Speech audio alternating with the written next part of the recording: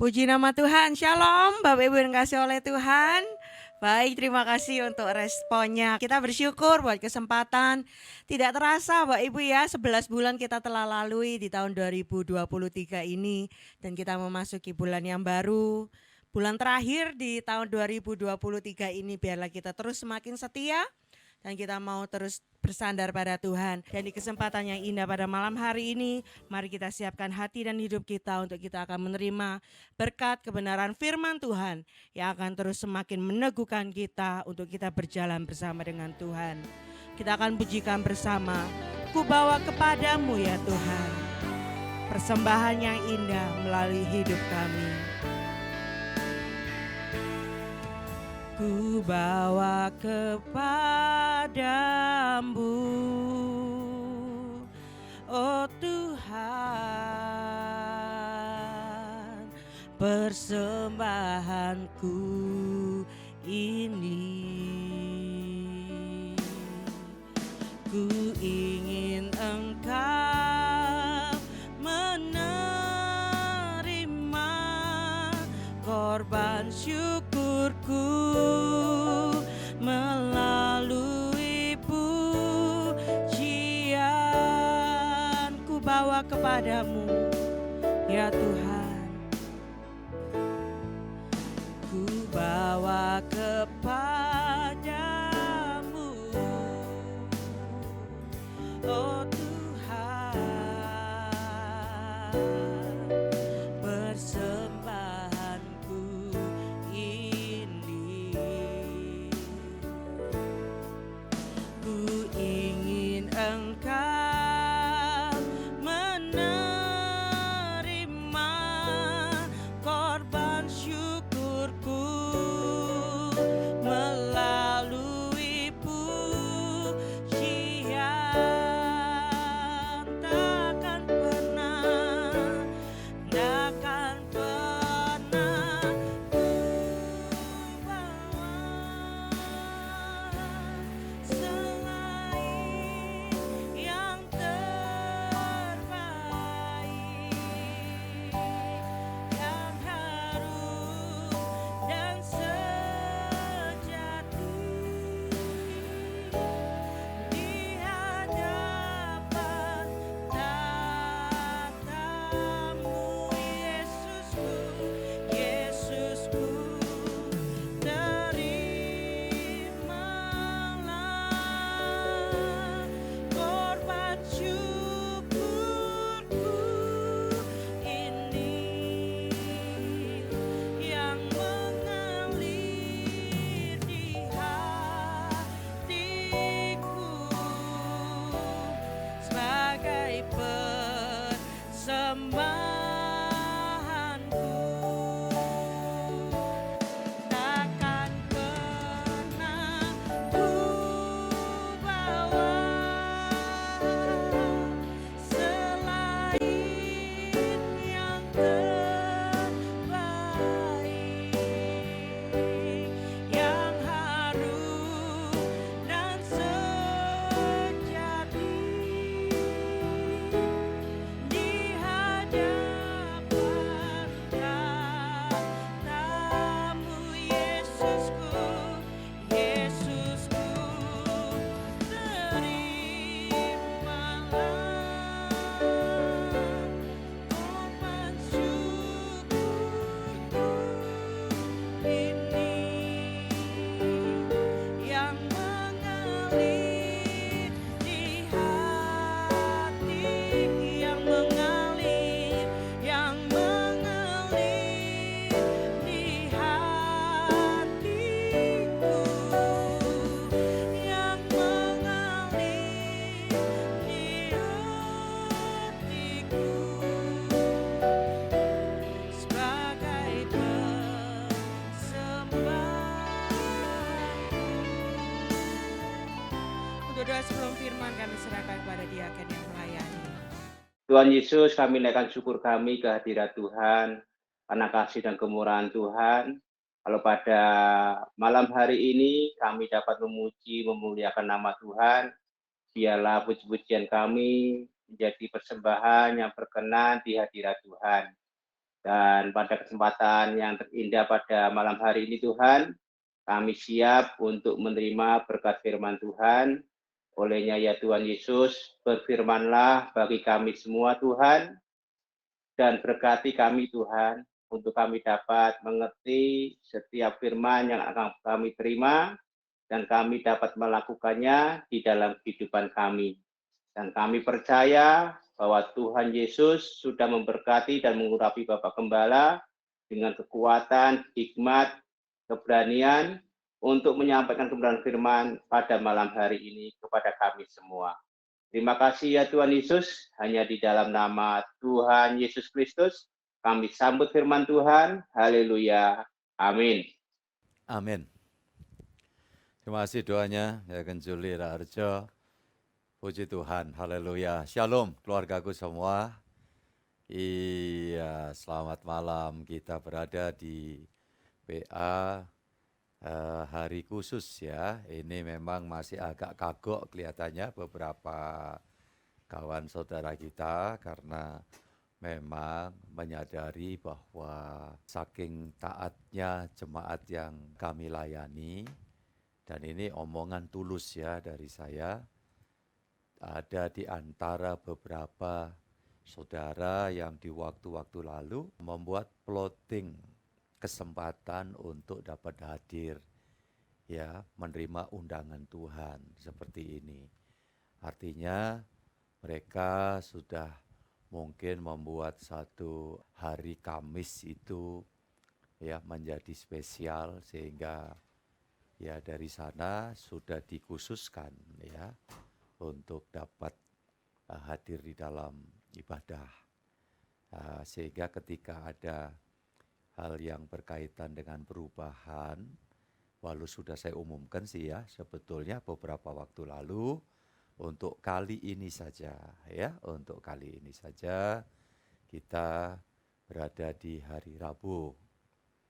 Tadi juga ada kawan sejawat yang justru, waduh seneng kalau andaikan hari Rabu itu untuk seterusnya. Ya kebetulan mungkin itu juga bagian waktu luang yang dimungkinkan bisa gabung dalam ibadah PA gereja kita ya. Dan saya tentu menghargai hal seperti itu, ya kerinduan seperti itu. Namun saya juga mengatakan bahwa perubahan ini cuman hari ini saja ya, puji Tuhan. Ya, kita di hari Rabu. Ini merupakan hari Rabu pertama, sehingga saya nanti masih akan memberikan pendampingan bagi saudara-saudara yang merindukan untuk menerima pendampingan ya di dalam pelaksanaan perjamuan kudus. Sebagaimana yang sudah menjadi keputusan ya dari gereja kita, Kemah Tabernakel, agar pelayanan ibadah baik minggu dan PA di minggu pertama itu kita semua untuk dianjurkan menikmati persekutuan dengan kuasa tubuh dan darah Tuhan kita Yesus Kristus. Ya, itu yang perlu saya sampaikan buat kita semua. Puji Tuhan. Dan saudara-saudara yang dikasihi Tuhan, kita akan masuk di dalam firman pada hari ini. Ya, juga dibantu anak saya Bagus, ya, yang tepatnya kemarin berulang tahun ya. Puji Tuhan, selamat ya, Tuhan memberkati, diberikan sehat dan berkat sorgawi, dan tentu rezeki Tuhan terus dialirkan. Ada kebahagiaan buat setiap saudara yang terus bergantung kepada Tuhan tentunya. Baik, kita hari ini memasuki raya peringatan Sang Natal. Kita ambil poin-poin penting. Ada hal yang memang perlu saya sampaikan kepada kita semua ya, yang terkait dengan apa yang kita harus persiapkan diri kita di dalam kita menyambut Natal. Nah, saudaraku yang dikasihi Tuhan, saya tidak ingin keluarga besarku ini, jemaat Tuhan milik Tuhan Yesus Kristus, kemudian mengikuti keterseretan konsep kekristenan masa lalu yang kadang masih sampai hari ini juga, kalau tidak terus di dalam asahan firman, ya kita masih akan terus kebawa-bawa dengan konsep Kristen yang ya tidak jelas. bahwa Natal itu yang kita pikirkan adalah ya, hal-hal yang justru bisa-bisa salah langkah keputusan, damai sejahtera kita justru berkurang. Ya, dan itu jangan sampai terjadi. Karena berita Natal tentu berkait dengan damai sejahtera. Dipindahkan, ya, damai sorga itu diturunkan ke bumi. Ya, saudara-saudara yang dikasih Tuhan. Kalau enggak, bumi enggak ada damai sejahtera. Ya, makanya damai sejahtera itu dua kata kan, masih ingat ya? Di mana ada perdamaian, di situ ada sejahtera. Ada segala macam terpenuhi ya, tetapi kalau enggak ada perdamaian, ya saudaraku ini di dalam rumah saja. Coba di dalam rumah, ayo siapa yang di rumahnya tidak ada perdamaian hari-hari ini? Saya minta cepat bergeser ya dari apa penyebabnya dan mesti diselesaikan ketidakdamaian itu supaya kita sejahtera. Nah saudaraku ini kasih Tuhan, itulah kenapa Raja Sorga turun. Sang firman Allah itu datang dalam wujud Yesus Kristus.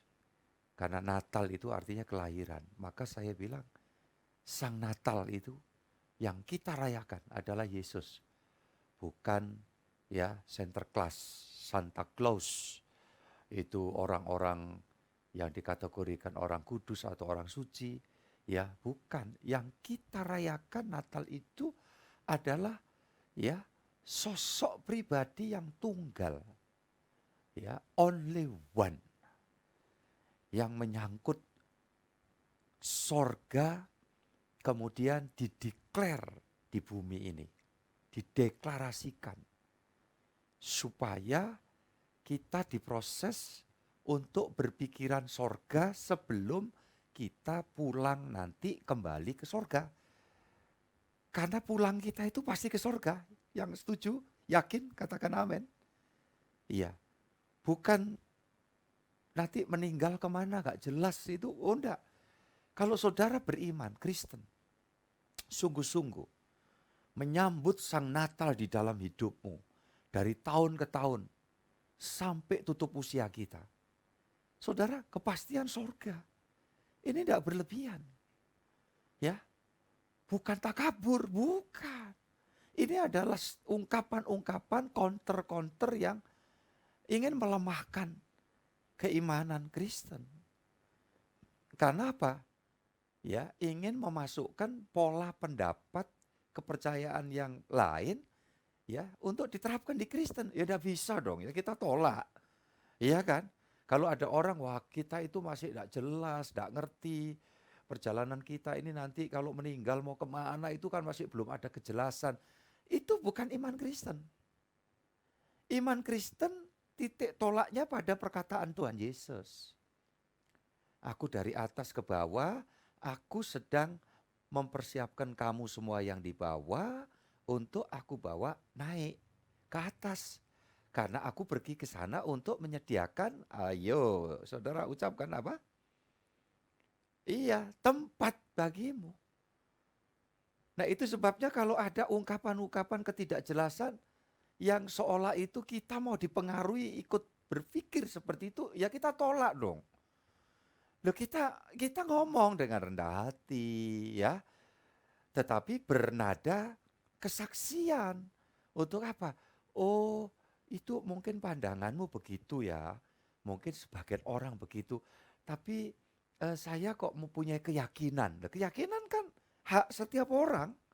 Ya, iman saya itu kalau kita mau ngomong iman tapi terlalu nanti seolah-olah menyentuh yang lain. Tetapi kalau menurut ya keyakinan saya, ya juru selamat yang saya imani, yang datang di peristiwa Natal itu dengan semua prosesnya adalah untuk mempersiapkan kami ini perjalanan di dunia yang fana menuju ke tempat miliknya Tuhan yang sudah disiapkan buat kita.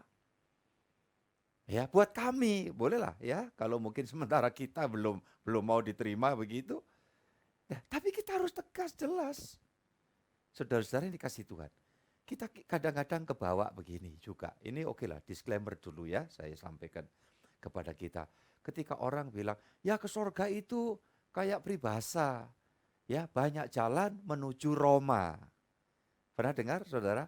Oh mau ke Jakarta, bisa lewat ya kendaraan darat, kendaraan laut, kendaraan udara, ya atau bahkan odong-odong. Ya, saudara-saudara yang dikasih Tuhan.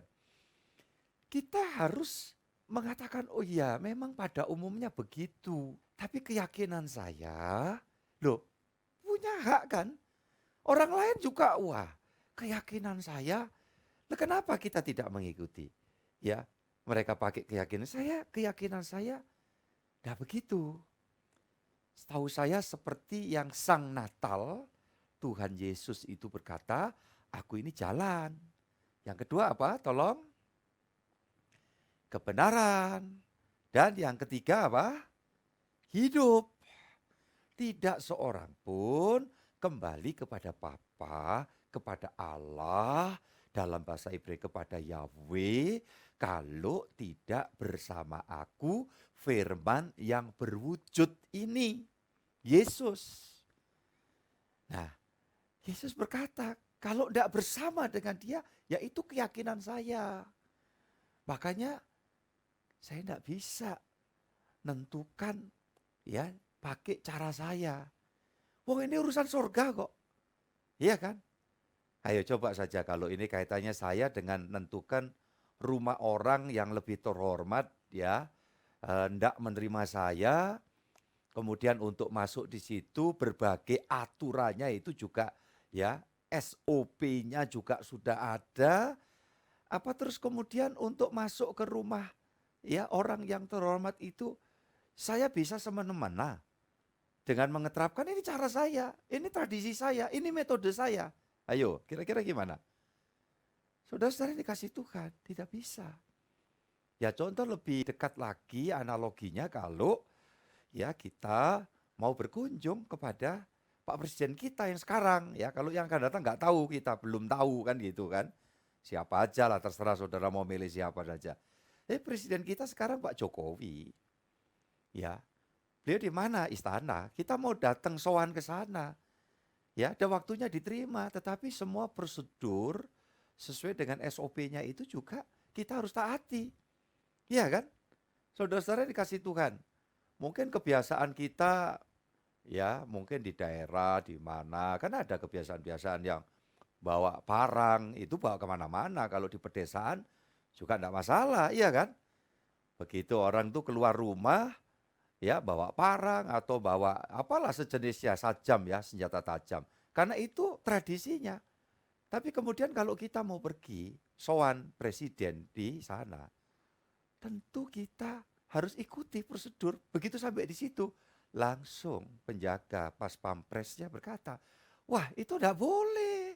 Ya copot dulu itu sajam-sajam yang dibawa. Ya saudaraku, entah kopang, entah parang, entah celurit, ya kan? Nah, karena nanti setelah itu lewat metal detektor yang dipegang atau mungkin juga masuk ya apa namanya scanning begitu bunyi nanti kalau ada logam-logam kayak kita di airport aja kan gitu kan. Nah, kita enggak bisa ngeyel, ini cara saya mau gini mau apa gitu. Begitu juga saudara-saudara dikasih Tuhan. Lebih lanjutnya kalau paling gampang gimana Pak? Ya kalau kita disusul sama, ini saya nggak ngomong politik loh ya, saya hanya analoginya itu anaknya Pak Jokowi itu ada 3 kan gitu.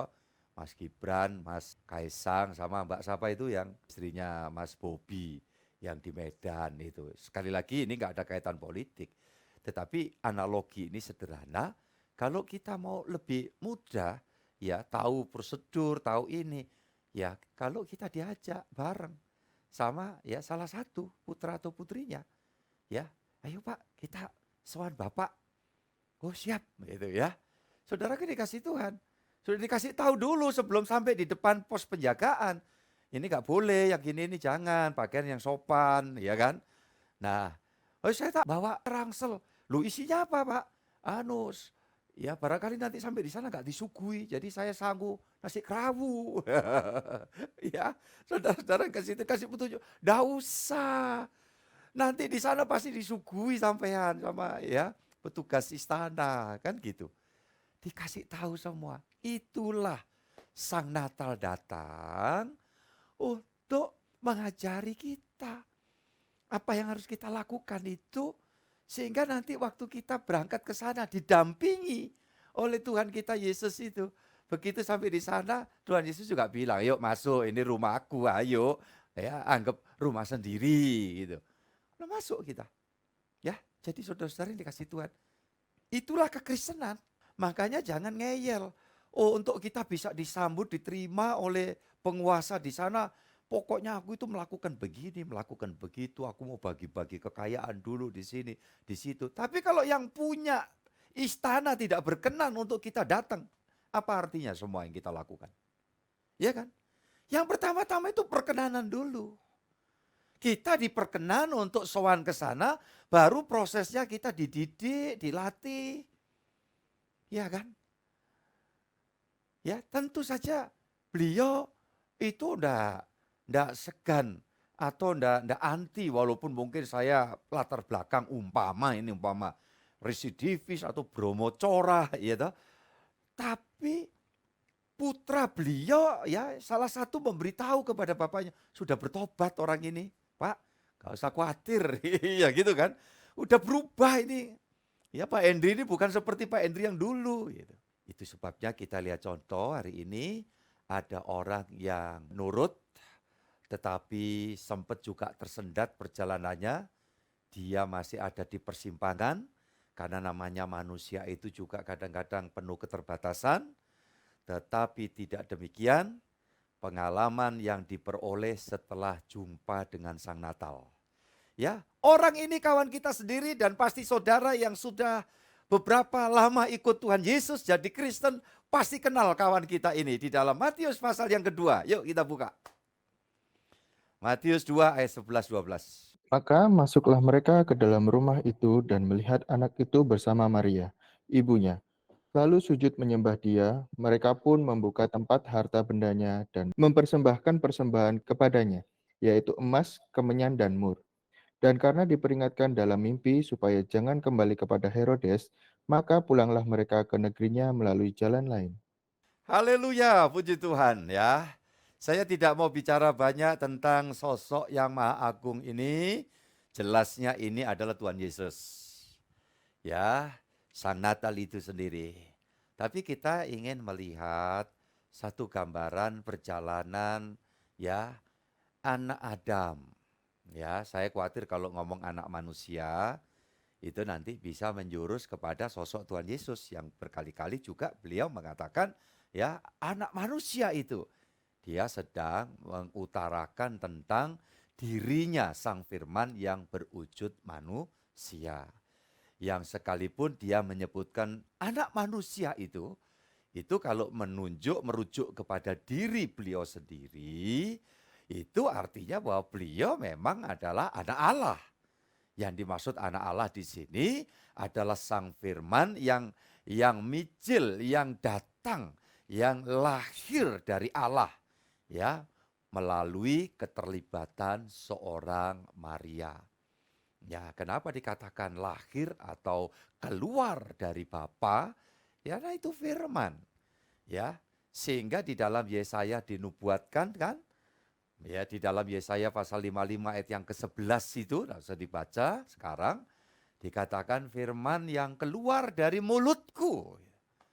Nah, saudara-saudara yang dikasih Tuhan, ada banyak sinyalemen, gambaran-gambaran yang bernuansa nubuatan Tuhan ya melalui Nabi Yesaya yang kurun waktu keberadaannya di 700 tahun sebelum Masehi, sebelum peristiwa Natal itu. Ya, Yesaya menulis itu. Ya, dari wahyu Allah yang mengungkapkan firman yang keluar dari mulutku tidak akan kembali dengan sia-sia. Nah, kalau bicara itu kita bisa terus menerawang ke arah perjanjian baru. Iya, di dalam Ibrani di sana dikatakan ya telah berabad-abad Allah bicara kepada manusia melalui para nabi. Tetapi pada akhir zaman ini, berarti yang terakhir, Allah bicara melalui anaknya yang tunggal itu. Ya, maka Yesus setiap kali mengatakan segala sesuatu, kadang dia tegaskan, apa yang keluar yang aku sampaikan itu bukan dari diriku sendiri, tetapi ini adalah keluar dari Bapa yang aku sampaikan kepadamu. Karena Yesus itu adalah wujud firman. Atau dengan ya di dalam ungkapan Yohanes murid ya di belakang ada 1 Yohanes pasal yang ke-5 di sana dikatakan ya bahwa dialah Yesus firman yang hidup yang dapat ku dengar, dapat ku lihat, dapat ya ku pegang karena dialah firman hidup.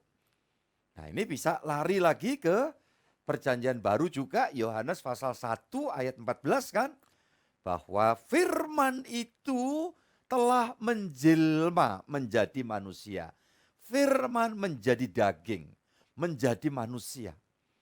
Siapa yang dimaksud manusia tidak lain dan bukan adalah Yesus. Ya, saudara-saudara yang dikasihi Tuhan. Nah, itu sebabnya Tuhan Yesus pada bagian lain dia mengatakan di dalam Yohanes pasal 8 ayat 23, ya kalian semua dari bawah, tetapi aku datang dari atas. Ya, saya ingat lagi ayat di dalam Yohanes pasal 3, di sana ayat yang ke-12 ya. Yesus Tuhan mengatakan bahwa tidak ada seorang pun yang bisa naik ke sana kecuali dia yang sudah turun dari sana. Dia akan naik ya kembali dan naiknya akan membawa buah-buah kemenangan Yesus Kristus. Apa buah-buah kemenangan Yesus Kristus? Tidak lain dan bukan adalah hidup saya dan saudara di antaranya ya dari orang-orang yang menjadi percaya, yang sungguh-sungguh menghargai kasih karunia Allah yang wujudnya Yesus. Ya, dikirim ke dalam dunia ini dan bukan berhenti sampai di dunia ini, dia turun ke dunia paling bawah. Kalau ada istilah dunia paling bawah, itu bicara tentang MAUT. Apa? Ya, maut ya, bukan mangut. Kalau mangut lain lagi. Saudaraku yang dikasihi Tuhan. Ya, mangut itu makanan. Jadi saudara-saudara yang dikasihi Tuhan, maka Yesus masuk maut menaklukkan iblis, semua ada ayatnya ya. Kalau saya mengatakan begini, oke saya spell saja umpamanya Ibrani 2 ayat 14 itu yang selalu, itu inti sarinya ya. Dia turun maut menaklukkan iblis, setelah itu dia keluar lagi, dia menyatakan diri atas kebangkitan. Dan itulah kemenangan. Sehingga dengan itu Tuhan kita Yesus membawa jiwa-jiwa untuk ya menjadi buah kemenangan, dibawa pulang ke sorga. Maka genap sudah di dalam Yesaya pasal ya 55 ayat yang ke-11 tadi. Bahwa firman yang keluar dari mulutku tidak akan kembali dengan sia-sia. Ya, dia akan menghasilkan satu buah-buah yang luar biasa. Ya, kenapa? Selama berabad-abad nabi-nabi untuk meyakinkan kepada suku bangsa khusus yang dapat pilihan Allah, bangsa apa, saudaraku? Dalam perjanjian lama, iya, bangsa Israel, itu saja berkali-kali orang Israel yang di Alkitab jatuh bangun dalam dosa untuk melakukan penyembahan-penyembahan yang tidak jelas arahnya. Coba, baru saja mengalami kekuatan ilahi menyeberangkan mereka. Laut diseberangi loh saudara, bukan kali, bukan God. Ya, ya saudaraku, laut Kolsom, laut Teberau. Begitu nyebrang sampai di sana, Allah memanggil Musa. Ya, naik ke atas gunung Tuhan. Dan yang terjadi apa? Orang-orang Israel melebur semua perhiasan emas yang dibawakan oleh orang-orang Mesir sebelumnya.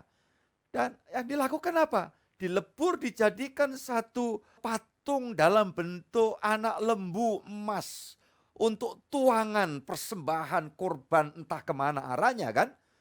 Nah, coba bayangkan saudara-saudara yang dikasihi Tuhan. Sehingga kena tulah mereka itu 3.000 orang seketika. Ya, itu mati. Nah, kenapa saudara-saudara yang dikasihi Tuhan? Padahal coba tangan Allah itu kelihatan. Tiang awan, tiang api, mereka selalu melihat dengan mata kepala mereka sendiri. Ya, itu tanda kehadiran Allah melindungi, menaungi mereka. Makanya hitung-hitung iman saya dan saudara yang tidak sempat melihat hal-hal yang dalam bentuk fenomena ajaib seperti itu, kita beriman. Jadi saya katakan tidak berlebihan, iman generasi kita ini jauh lebih bagus daripada pada zaman Israel perjanjian lama itu. Dan itu membuktikan bahwa para utusan Allah, nabi-nabi itu nggak berhasil untuk membawa umat itu datang kepada Allah. Nah, itu sebabnya nubuat yang terjadi oleh Yesaya itu betul-betul berhasil. Firman yang keluar dari mulutku itu Allah yang bicara. Berhasil. Tidak akan kembali dengan sia-sia. Dia kembali dengan jiwa-jiwa yang diselamatkan. Dan tidak sebatas satu suku bangsa saja, tetapi dari berbagai suku bangsa yang ada di dalam dunia ini yang mau percaya kepada Dia. Nah, saudara-saudara yang dikasihi Tuhan Yesus Kristus, intinya apa? Karena pekerjaan iblis sudah dipatahkan. Dipatahkan bagi orang yang mau menyerahkan persoalan dosanya kepada Yesus. Yesus berkepentingan untuk mematahkan pekerjaan iblis itu. Itulah yang membuat umat yang mengalami penebusan Tuhan itu betul-betul mempunyai kepastian keselamatan dan bakal kembali ke sana. Nah, sebelum kita kembali ke sana, kita mau dituntun, dipersiapkan di dalam perjalanan ini. Maka contoh sederhana tadi, kawan kita yang ditulis tadi, itulah orang-orang Majus. Saya katakan inilah anak Adam. Yang di dalam perjalanannya sempat dia berada di persimpangan. Keterbatasan ada pada mereka. Walaupun mereka ini sekelompok orang yang jumlahnya tidak cuma 3 saudara. Gak ada catatan beberapa orang Majus yang datang. Kita mengasumsikan selama ini karena jenis persembahan yang diunjukkan kepada Sang Natal itu 3 macam, ya kan? 1 emas, yang kedua mur, dan yang ketiga kemenyan. Maka ini orang berpersepsi namanya persepsi itu kan nggak selalu benar ya kan. Orang Majus yang datang itu digambarkan tiga-tiganya naik onta gitu ya kan. Nah, saudara, tidak demikian. Emas, kemenyan, dan mur Nah, saudara-saudara, mur ini dalam bahasa Indonesia jangan disalah ngertikan mur baut bukan. Mur itu rempah wangi yang mahal harganya. Salah satunya seperti yang digunakan para perempuan ketika memberikan satu wangi-wangian kepada Tuhan Yesus yang saat itu dinyatakan mati, ya kan? Kasih wangi-wangian itu saudara-saudara yang dikasih Tuhan, baru dibungkus kain kafan. Karena memang ini juga persepsi. Manusia berpikir bahwa manusia mati. Yang nampak Yesus itu manusia. Mereka pikir mati nanti tubuh ini karena ditaruh di gua supaya lebih awet karena ini budaya Timur Tengah, apalagi kalau sampai lihat di Mesir kan. Ada orang-orang yang dibalsam sampai bisa jadi mumi. Bertahan mungkin ratusan sampai ribuan tahun masih ada wujud begitu saudara-saudara. Itu pemikiran para murid dan perempuan-perempuan yang mengkafani Tuhan Yesus. Padahal sesungguhnya Tuhan Yesus ya tidak perlu itu semua, ya kan? Kenapa?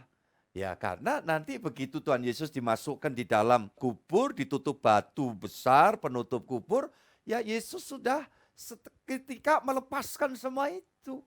Ya, keluar dari bungkus kain kafan, kain peluh, dari berbagai macam mur wangi-wangian. Ya, saudara-saudara yang dikasih Tuhan. Tapi ya apa yang dilakukan oleh para murid juga tidak salah ya. Mereka ingin menunjukkan rasa kasih sayangnya kepada juru selamatnya. Nah, saudaraku yang dikasih Tuhan. Nah, sama juga dengan emas, kemenyan, dan mur yang dibawa para majus ini di hadapan Tuhan Yesus. Sesungguhnya Tuhan Yesus tidak butuh apa-apa. Iya kan? Siapa yang menciptakan emas? Siapa yang menciptakan ya kemenyan? Kemenyan itu kalau kemenyan itu dari getah pepohonan, ya kan? Siapa yang menciptakan? Kemudian mur itu wangi-wangian yang tentu diambil dari berbagai rempah. Siapa yang menciptakan? Tidak lain dan bukan adalah Dia sendiri, Sang Natal. Ya hakikatnya tidak membutuhkan semua itu. Tapi kalau gitu secara logikanya gimana? Ya itulah berkat buat Yusuf Maria. Makanya di gambaran orang yang taat itu pasti ada berkatnya. Orang yang taat itu pasti dipelihara hidupnya. Yang percaya katakan amin. Ya, kalau saudara dan saya hidup dalam ketaatan seperti Yusuf Maria harus melewati jalan panjang yang menyesakkan. Iya kan?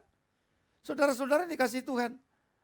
Sampai pada waktu di tempat itu orang-orang Majus datang membawa harta benda seperti itu. Apa Tuhan Yesus membutuhkan sesungguhnya? Enggak. Ya, saudara-saudara yang dikasih Tuhan. Kalau begitu untuk siapa?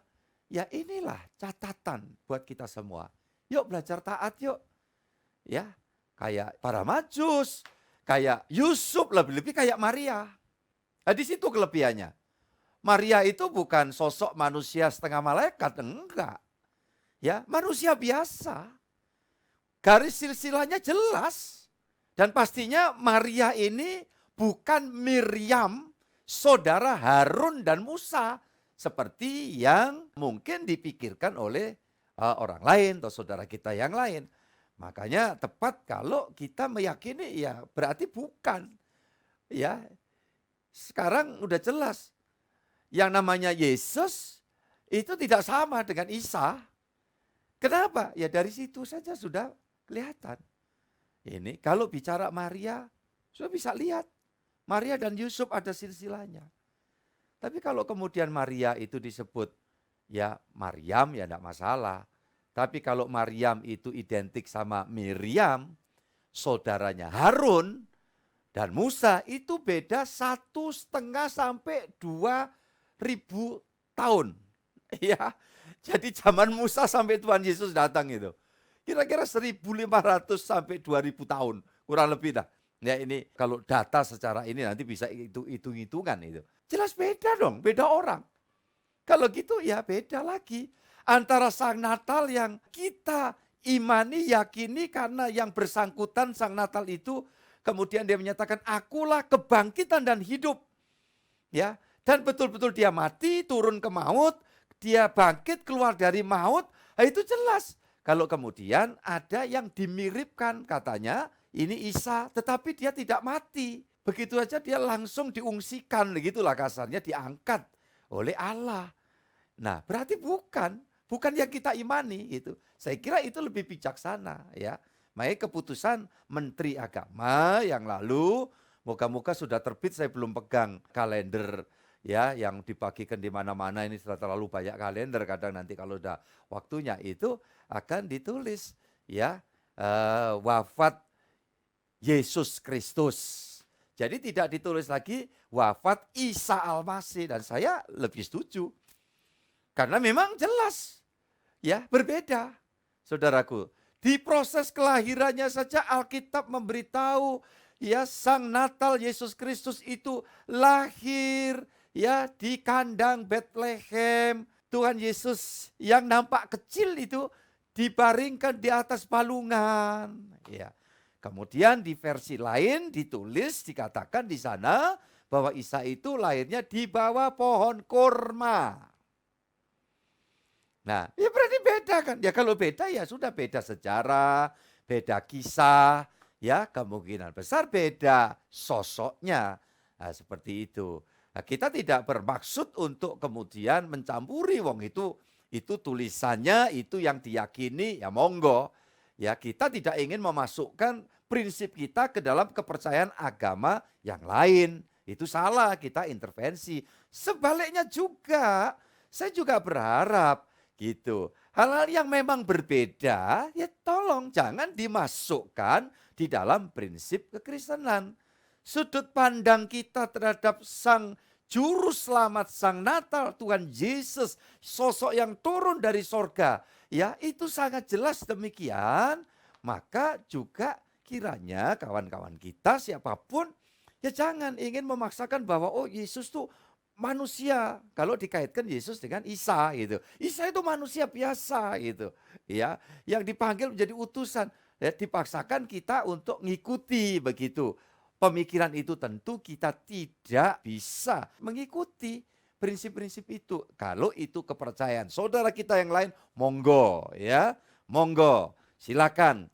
Tetapi jangan paksakan itu untuk kita terima. Makanya saya kadang mengamati proses perdebatan-perdebatan yang ada di media sosial. Anehnya itu gini, perdebatan Kristen dengan apa itu.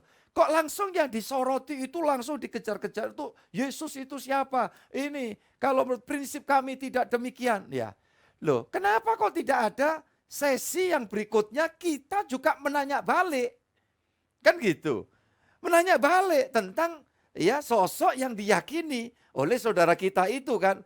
Makanya saya kan tidak terlalu setuju perdebatan, kalau diskusi ya baik-baik saja diskusi, tidak perlu memaksakan nanti kalau memang begini saya akan pindah server gitu, ya nggak perlu juga. Atau kalau seperti ini sampean nggak bisa jawab, sampai harus pindah server ke saya gitu ya, ke server saya, nggak perlu, ya kan? Iman itu tidak bisa dibuat taruhan, totoan, ya saudaraku ini kasih Tuhan. Dan tidak perlu ya bersikap demikian. Cuma yang saya pikirkan, kenapa begitu? Ya judulnya perdebatan Kristen dengan apa? Itu pendeta yang datang di situ.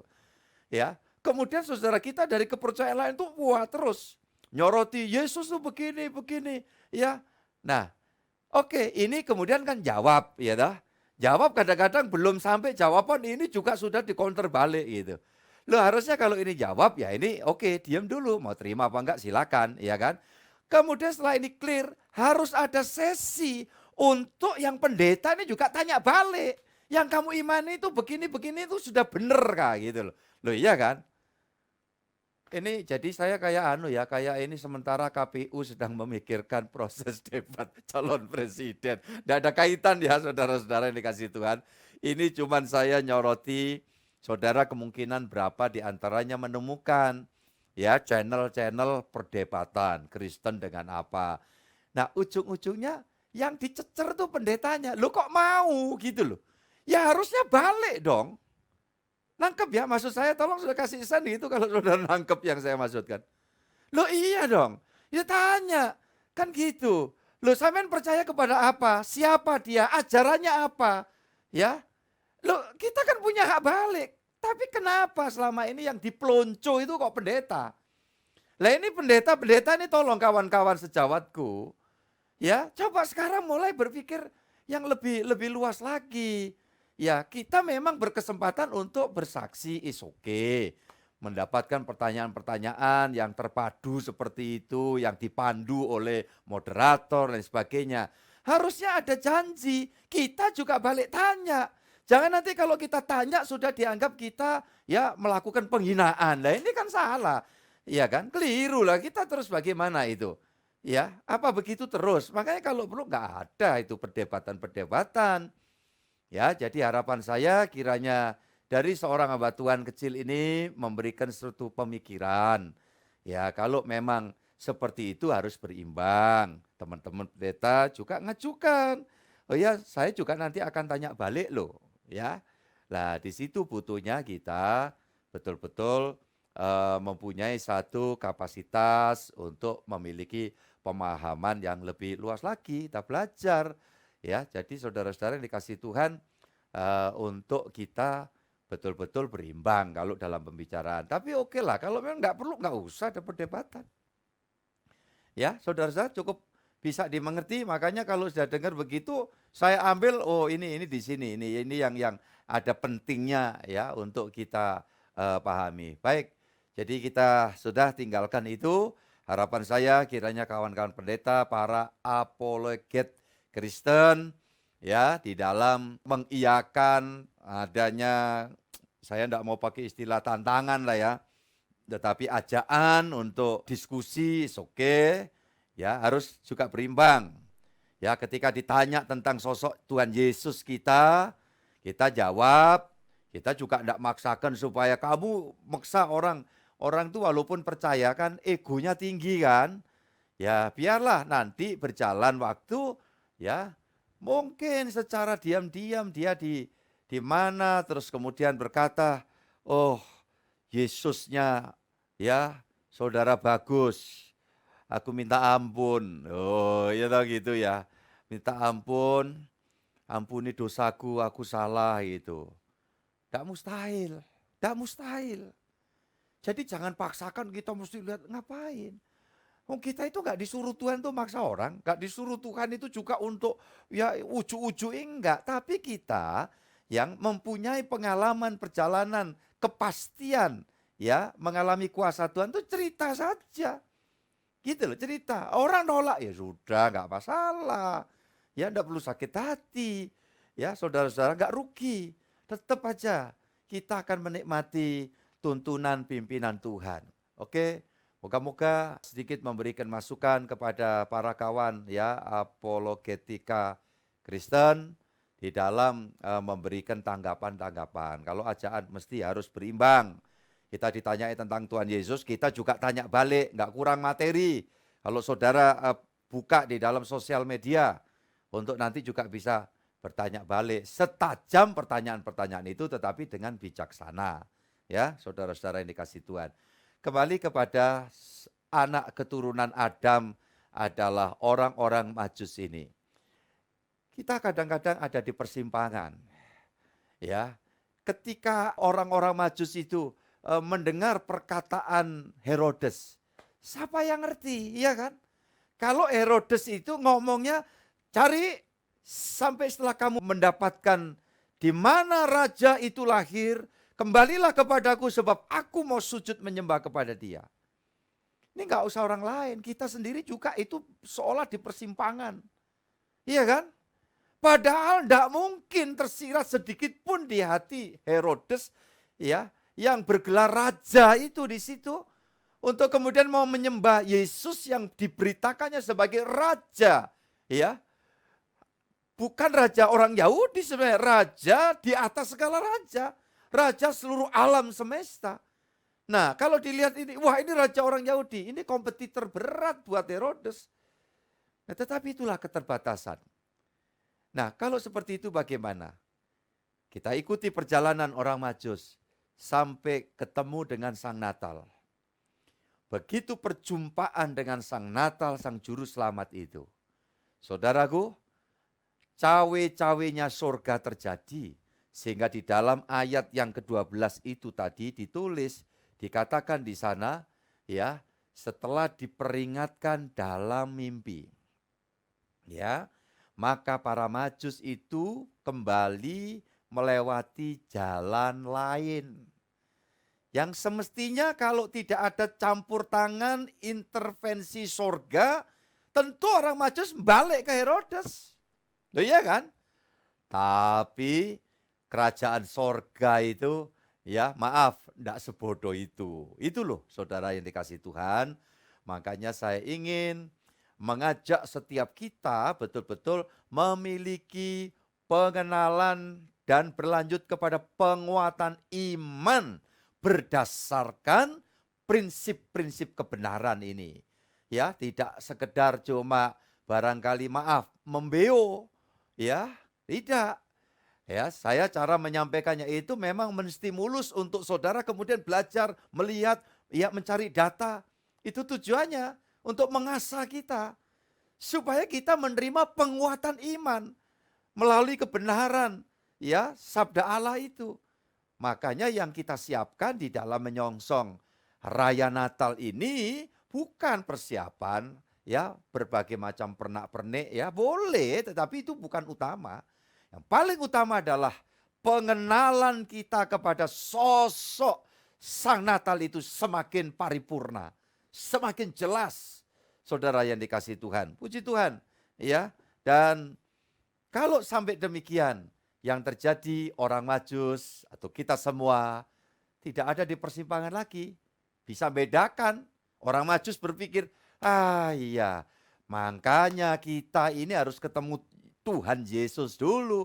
Akhirnya kita tahu, dibuka pastinya. Ya, akal budinya mendapat pencerahan untuk memahami bahwa niat yang ada di dalam diri Herodes itu bukan baik, tapi jahat.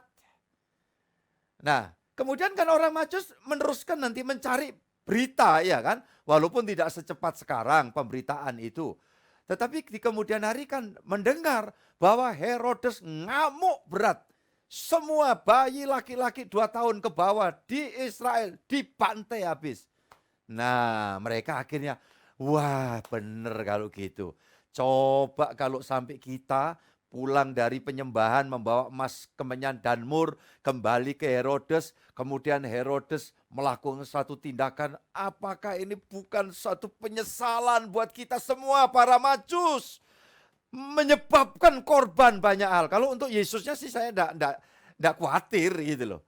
Tetapi kalau itu terus kemudian membuat ya, tetapi kalau sampai para Majus itu dia enggak balik lagi ya kan lain persoalan ya. Nah, maka dalam hidup saya dan saudara, tiap kali setelah melewati perjalanan itu kita mendapatkan hikmat-hikmat Tuhan. Oh, itu toh maksudnya Tuhan ya di waktu itu. Coba waktu itu kita tidak ngerti. Coba kalau kita ngerti, susah kita, rasa berat derita yang kita alami, tidak seberat itu harusnya karena kita tahu. Tapi taunya sekarang, ya sudah nggak apa-apa. Dari situ Tuhan memberikan pengertian kepada kami. Jadi saudara-saudara, itulah kekristenan ya, poin penting. Ya, kalau enggak kita sepanjang perjalanan hidup itu dilanda kekecewaan. Kenapa mesti begini begitu? Tapi kan akhirnya banyak yang terjawab kan?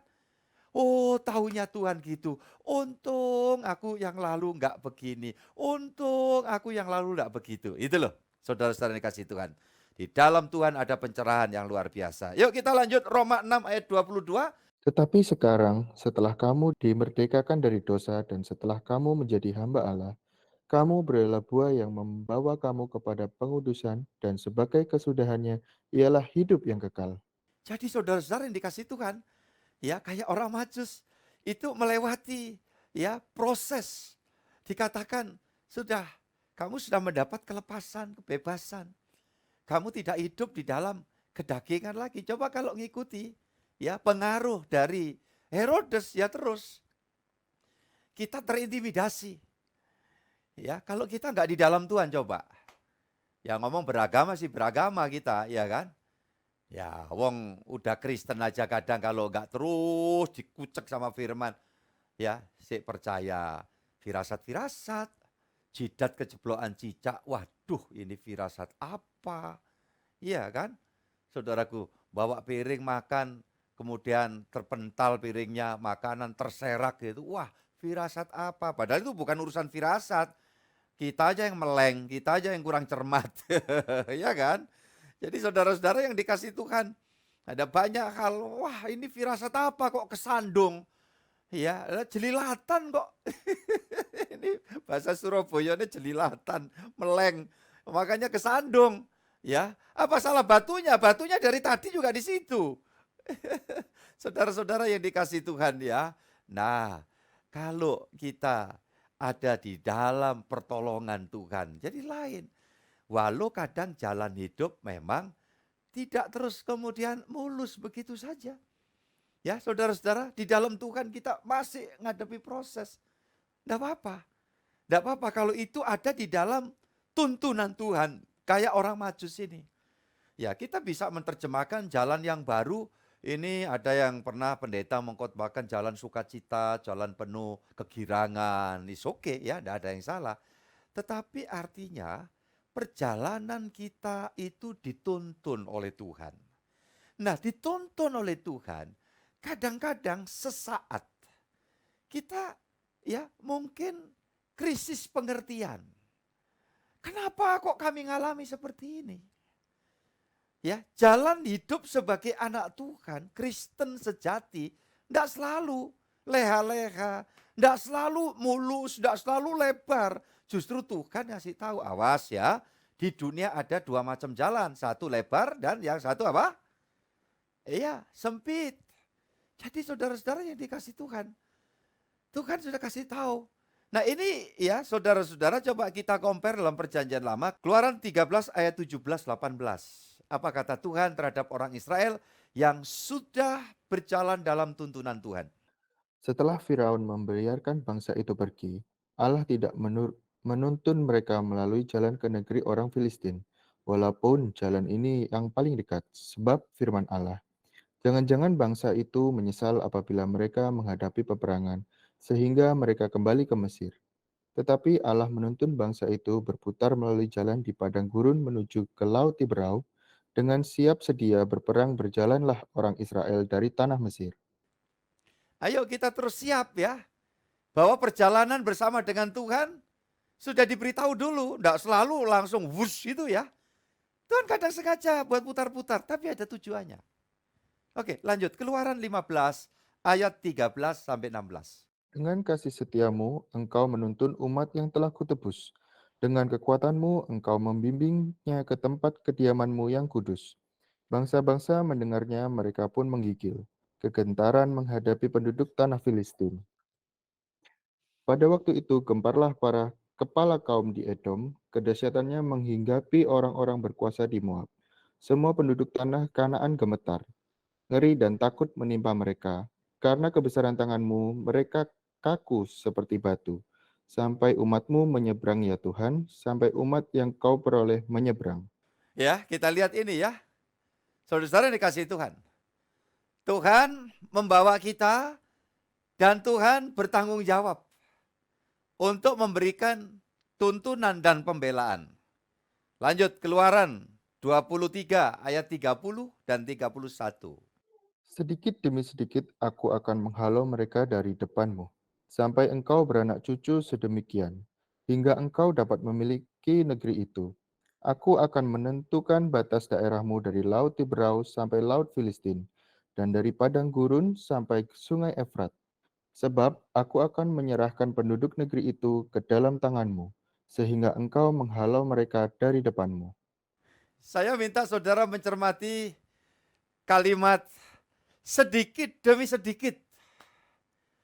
Ya, makanya di dalam kekristenan untuk kita ingin mencapai suatu peningkatan di dalam hidup ini, apalagi kalau hal-hal yang berkait dengan karir, berkait dengan pencapaian-pencapaian, ya yaitu bonus-bonus Tuhan di dalam dunia ini, hal yang bersifat materi, saudara yang dikasihi Tuhan, jauh lebih baik ada tahapannya ya. Ya, sedikit demi sedikit. Tuhan didik kita supaya jangan kita bahasa moyang saya itu ojon delembo. Ya Bu Ria, ngerti ya Bu Ria ya? Ojon delembo. Ada yang tahu istilah ini saudaraku? Ya, jangan orang itu ya kemaruk. Tahu bahasa Jawa ini ya. Dan tahu bahasa Jakartanya apa ini Bu Julian? Yap. Iya. Jangan jadi orang itu ya apa-apa yang aku mau yang itu. Saudara-saudara, supaya jangan nanti jadi semut mati dalam gula. Lu kok gitu? Iya, diabetes. Itu semutnya kebanyakan makan gulanya kan gitu. Ya, Tuhan memberikan satu metode di dalam menjalani hidup ini ya supaya kita terus bisa dengar-dengaran, minta tuntunan Tuhan sedikit demi sedikit. Tetapi pasti, ya kita pernah dengar lah, sedikit demi sedikit akhirnya menjadi, iya itu udah paham semua kita. Ya, saudara-saudara yang dikasih Tuhan. Nah, dalam perjalanan ini ya, kita ayo ikuti apa yang menjadi prinsip Tuhan. Yang penting apa? Fokus. Ya, fokus di dalam pimpinan Tuhan, para majus, ya, dan semua kita. Lukas pasal 9 ayat 62. 9 ayat 62. Puji Tuhan. Tetapi Yesus berkata, "Setiap orang yang siap untuk membajak tetapi menoleh ke belakang, tidak layak untuk kerajaan Allah." Jelas ya saudaraku yang dikasih Tuhan? Iya. Orang yang membaca jangan banyak noleh. Fokus. Dan kalau kita fokus dituntun Tuhan, melewati jalan lain, itu melewati jalan Tuhan. Maka jalan Tuhan itu walau kadang penuh onak duri, ya, ada rintangan, hambatan, ada problem, ya, tetapi penuh kepastian. Semua ada unsur edukasi, didikan. Ya, maka kalau saudara masih sempat berpikir, kenapa ya setelah ikut Tuhan kok kami mengalami begini dan begitu, bagian keluarga kami menghadapi ini dan itu, ya. Sesungguhnya secara umum namanya manusia di dalam dunia ini tidak ada hidup tanpa masalah. Ya, apalagi kalau kita di dalam Tuhan, setiap masalah yang diizinkan Tuhan kita alami itu mengandung suatu rencana Allah yang besar. Dan Allah tidak akan pernah tinggal diam. 1 Korintus 1 ayat 8-9. Yuk. Ia juga akan meneguhkan kamu sampai kepada kesudahannya, sehingga kamu tak bercacat pada hari Tuhan kita Yesus Kristus. Allah yang memanggil kamu kepada persekutuan dengan anaknya Yesus Kristus, Tuhan kita adalah setia. Semua katakan amin. Dia yang memanggil kita. Itu setia. Dia akan meneguhkan, menopang kita. Saudara-saudara yang dikasih Tuhan. Kalau kemudian dalam perjalanan para majus itu, yang diperkirakan disebut dari timur, itu ada kemungkinan mereka ini adalah orang-orang yang berangkat dari wilayah Babilonia. Dan Babilonia itu yang sekarang tuh kemungkinan besar adalah bagian Irak. Nah, kalau kemudian sampai hari ini kita mendengar kayak di Irak itu sendiri pada zamannya Saddam Hussein itu pun ya cukup banyak umat percaya Tuhan Yesus. Bahkan salah satu orang kepercayaan zaman itu Saddam Hussein, ya, namanya Tariq Aziz kalau tidak salah. Iya, seorang anak Tuhan, orang Kristen, ya. Dari mana? Kemungkinan adalah salah satu keberhasilan para majus yang dipimpin oleh Tuhan melewati jalan itu hingga kembali ke tempatnya menjadi berkat bagi banyak orang. Saya berdoa kiranya lewat PA malam ini, setiap saya dan saudara akan dibawa oleh Tuhan menjadi berkat dimanapun Tuhan tempatkan kita. Baik ditempatkan dalam situasi yang menyenangkan atau barangkali saat tertentu kita harus menghadapi situasi yang tidak menyenangkan sekalipun. Tapi saya yakin orang yang rela dipimpin Tuhan, dituntun Tuhan, hidupnya pasti jadi berkat sepanjang umur hidupnya sampai jumpa Tuhan. Dibawa masuk ke surga yang mulia. Tuhan memberkati saudara semuanya. Amin. Puji Tuhan. Hari ini kita akan kembali makan dan minum perjamuan kudus. Agar Tuhan meneguhkan setiap kita. Kita naikkan pujian salibnya selama mulia.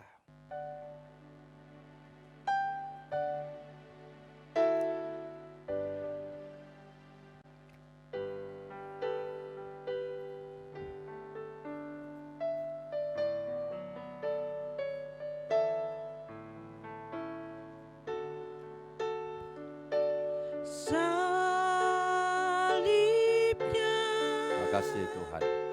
Salibnya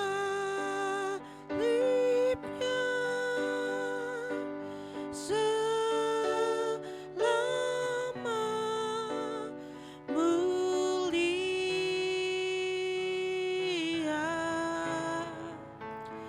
dosaku disucikan.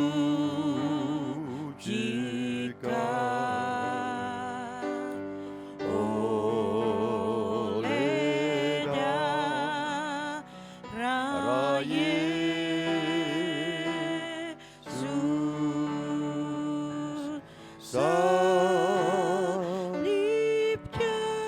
kehadapan altar hadirat-Mu Tuhan, hamba serahkan roti dan anggur, hostia dan anggur yang ada pada kami dan yang ada pada setiap anak-anak-Mu.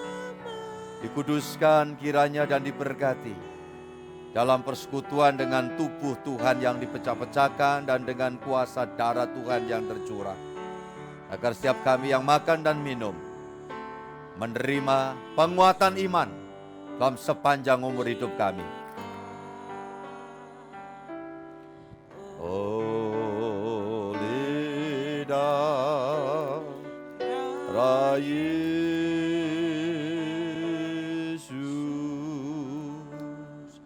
Marilah kita bersama mengangkat tubuh Tuhan di tangan kanan kita dengan mengucap syukur. Syukur kami untuk firman Tuhan yang memberikan petunjuk bahwa berbahagia orang yang terus dipimpin oleh Tuhan. Berbahagia setiap orang yang taat pada kehendak Tuhan. Dalam perjalanan disertai Tuhan, mungkin satu waktu jalan kami jadi tidak mudah. Tetapi kami percaya Tuhan meneguhkan kami. Tuhan menuntun kami. Tuhan yang akan berperang ganti kami di dalam menghadapi setiap pekerjaan kegelapan. Sehingga dipastikan orang-orang yang belajar rela hidup dipimpin Tuhan pasti berkemenangan. Sebagaimana tema di tahun ini, tahun perlombaan dan pasti kami menang jika kami terus dipimpin oleh Tuhan. Tuhan, sekarang kami angkat berkat ini di tangan kanan kami dan kami akan memakannya sesuai dengan sabda Tuhan.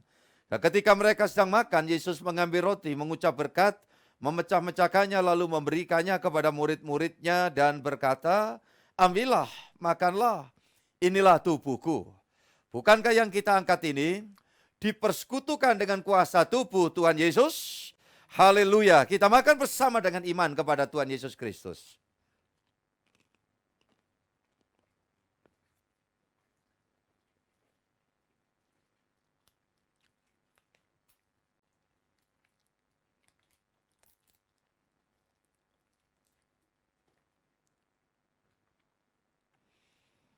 Syukur kami naikkan ke hadapan-Mu Bapa.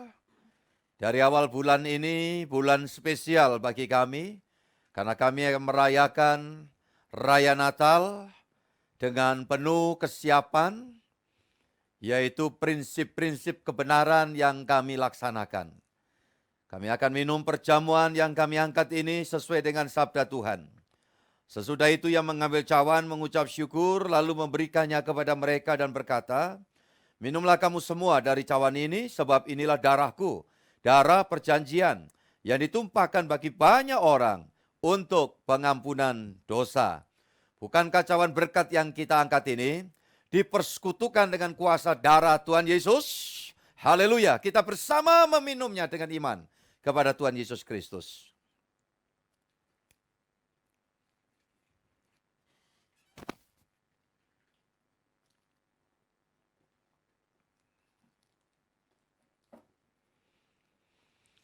Bersyukur Tuhan hari ini selesai sudah kami, ya Tuhan, dapat bersama-sama menikmati hadirat-Mu yang akan terus menuntun kami.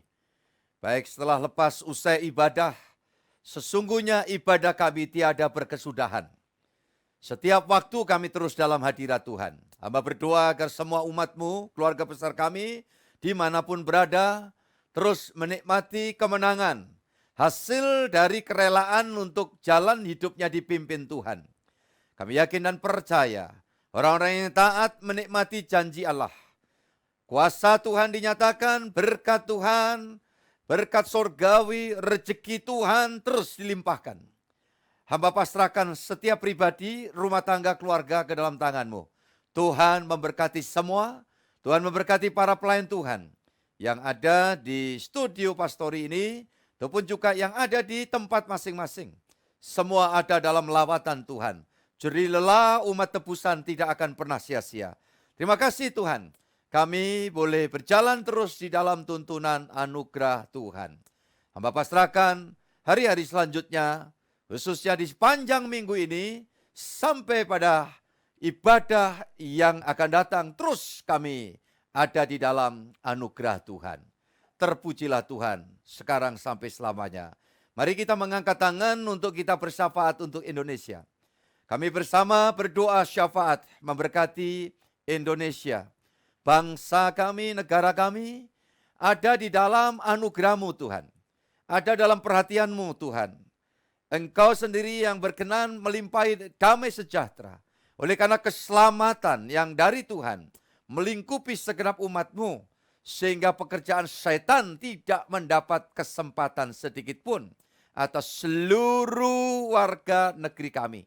Terima kasih Tuhan, berkat kemurahan-Mu melingkupi kami. Persiapan pelaksanaan hingga sesudah pemilu, Tuhan memberkati damai sejahtera.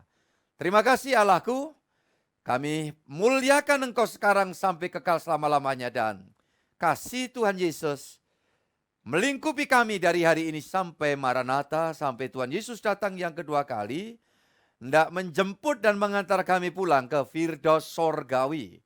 Atas nama Bapa, Putra, dan Roh Kudus Allah yang Esa, yang kami kenal sembah dalam Tuhan Yesus Kristus. Bapa, terima kasih.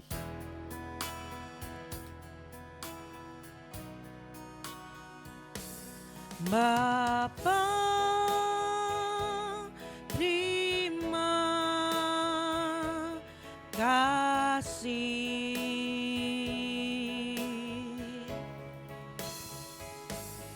Bapa,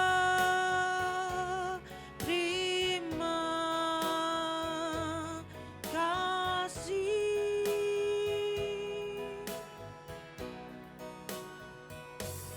Bapa, di dalam surga,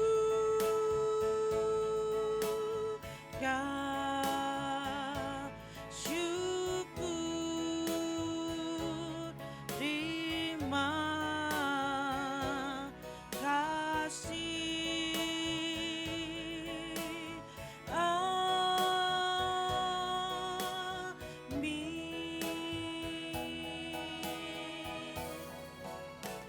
Amin, amin, amin, haleluya. Tuhan memberkati semua keluargaku, puji Tuhan.